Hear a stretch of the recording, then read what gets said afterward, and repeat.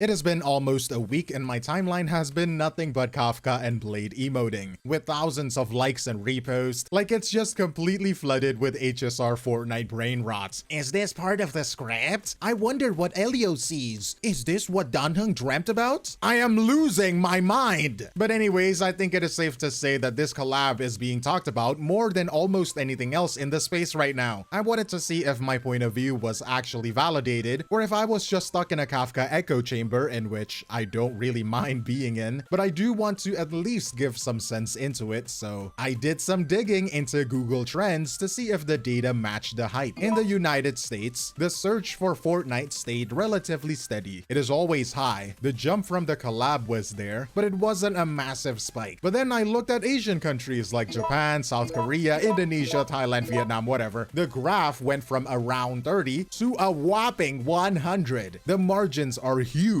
It is not just that though, because it also works the other way around. The United States search for Honkai Star Rail doubled the day the collab dropped, while it stays relatively the same for the Asian countries. And to give some context to that data, gacha games are already mainstream in Asia, and Fortnite is the king of the West. This collab feels like a bridge, giving both games exactly what they were missing. With the amount of eyes on the collab, the amount of people talking about it, it even got me downloading and playing Fortnite and buying the skins for myself. In all considerations, from my point of view, the collab is an absolute success. But while I was scrolling to get more material, one specific post caught my eye, and I quote, "I genuinely love that Epic did something they don't do often, which is get character heights right in the promo images. Hoyo was probably watching Epic with laser eyes getting this collab out of the door." And while I do agree that Epic did an absolutely amazing job, but Hoyoverse? Watching Epic with laser eyes, you said? Are we talking about the same Hoyoverse, the same company that made the absolute flop that was the Fate/stay night collab? The legendary Fate/stay night Unlimited Blade Works collab. And I'm not trying to rain on anyone's parade here, right? But seeing thousands of people agreeing with that sentiment made me feel like I'm being gaslighted. Did we all get a lobotomy after Amphorius ended to save ourselves from some mental trauma? Tell me, how does a third-party shooter show this much care while the multi-billion-dollar nuclear reactor owning company flop a legendary collab? But before we dive into talking about how one game made an entirely new map and a new game mode for the players to enjoy the collab, and how the other one just reused Britain, do me a favor and hit the like button and subscribe if you enjoy these kinds of content. It helps the channel more than you think. Without wasting more of your time, let's just get right into it. First, let's look at these characters visually. When the Honkai Star Rail Fortnite collab was announced, I think everyone had expectations that the HSR characters will look like they got Fortniteified. The reason is because Fortnite is a game made in Unreal Engine 5. HSR is built on the Unity engine. You know, different engine means different ways to handle lighting and shadows and so on, but the devs of Epic Games actually pulled off a miracle. The Kafka and Blade models in Fortnite are literally one-to-one. So much so that it felt like they literally just imported them from HSR. They have hair physics, they made exact textures of Kafka's coats, and they even got the height proportions right in the promos. Very good job from the Epic Games devs for respecting the HSR aesthetic. And well, of course, the internet took notice. There are tons of posts in my timeline, like literally floods of posts praising the devs for the character models. I saw someone who have never played HSR before, by the way, curious about how the Fortnite Kafka model stacks against the one from HSR. Brother, they look so identical, like maybe different body proportions, right? Fortnite models has big hands, but the facial features or even the details of the models are on point. Someone in the comments even asked, which one is Fortnite? And that says it all for me, to be honest. Well, even though allegedly the person used a corn model instead of the official model, but that's beside the point, okay? I found a post from someone who professionally works with 3D models, and they said that nothing got reused. They genuinely made the Fortnite models from scratch. Making it from scratch and still looks this good. Somebody even said that the Fortnite version looks better. Hey, I think the same way. I mean, that's just me though, right? I've seen tons of people praising the models and how fluid they are, only to end up criticizing Honkai Star Rail by extension. I never realized how stiff Hoyo's character models are. Yeah, goddamn right. Coming from Honkai Star Rail where you're stuck with still images focus for hours on dialogues. Compare that to what we have in Fortnite. You have Blade dancing to a Cat's Eye song. I mean, look at him serve those hips, goddamn. The concept of 𝗏𝗏 doing the gritty like a grandma trying to relate to the Gen Z grandsons or granddaughters. Or heck, we have them singing Sweet Victory in a concert with Hatsune freaking Miku. This feels like a fever dream, bro. Maybe this is what Dan Heng dreamt about. I don't know. We have people posting about their friends list in Fortnite, all changing their profile pictures to 𝗏𝗏. Even people who knows nothing about Honkai Star Rail are debating if they should spend money on the game to get the skins because it just looks that good. And now looking at all of this, there is no doubt that the HSR Fortnite collab is a success. And I'll compare that to what happened in the Fate collab. Hoyo gave us an HSR-ified Saber. They called it an adaptation. They changed her design to fit their own game's art style. You can say it looks better, right? Maybe you're watching this feeling like, well, I don't have any problems with it, so you can't have any problems with it either. You know, or some people might say that it looks worse, but it doesn't matter really, right? I get that Hoyoverse is trying to make Saber feel like she belongs in the game, like their made-up lore about the Holy Grail being a regular thing in Penacony, right? But in doing so, they made Saber feel less like Saber. Does that make sense? When people ask for a crossover, when people are excited for a collab event, they're not looking for a fresh version of a character. They are looking for the character they were already in love with to exist in a new space. Fortnite proved that by just being accurate with the character models, like the literal bare minimum, is the highest form of respect you can show a fan base. With Fates, it feels like Hoyo prioritized their own brand's ego over the fans' expectations. I don't know, like there is just different opinions about this, but that's just mine. But the visuals was really just the tip of the iceberg, because it gets worse. Talking about the actual world these models were standing in was telling a much lazier story. What did Epic Games do? Now this is if you want to see what actual ambition looks like, because even though the skins alone are already super good, they didn't just drop skins. They built an experience for the player base. What experience, you might ask? A custom-made one, made from scratch. In other words, or in Fortnite terms, they popped their mythic item, committing to the meta fully in low cortisol mode while they're mogmaxing the OG game. Can you tell that I've been playing Fortnite for a while?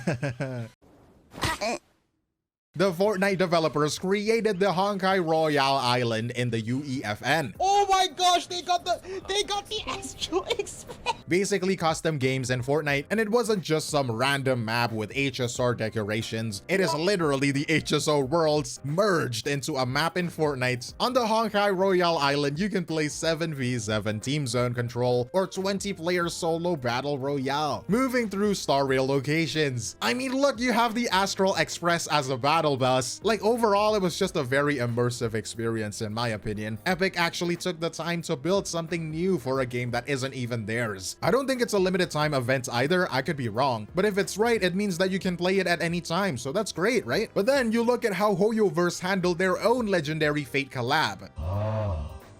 Something the community has continuously memed on up to this day. To give you some context, when we get to a point where we got to see Saber's homeland, it turns out to be a reused asset. These devs quite literally just lazily copy-pasted areas. Saber's Britain was quite literally just Finon's hometown. It is 𝗖cie, or I forgot how to pronounce it. And the dialogue had the sheer audacity to say, "How is this possible? Why am I in Britain? Britain, you say? So you're saying Finon is British? You say when he's thirsty, he needs a 𝗏𝗏𝗏𝗏, and then when he's hungry, he eats beans."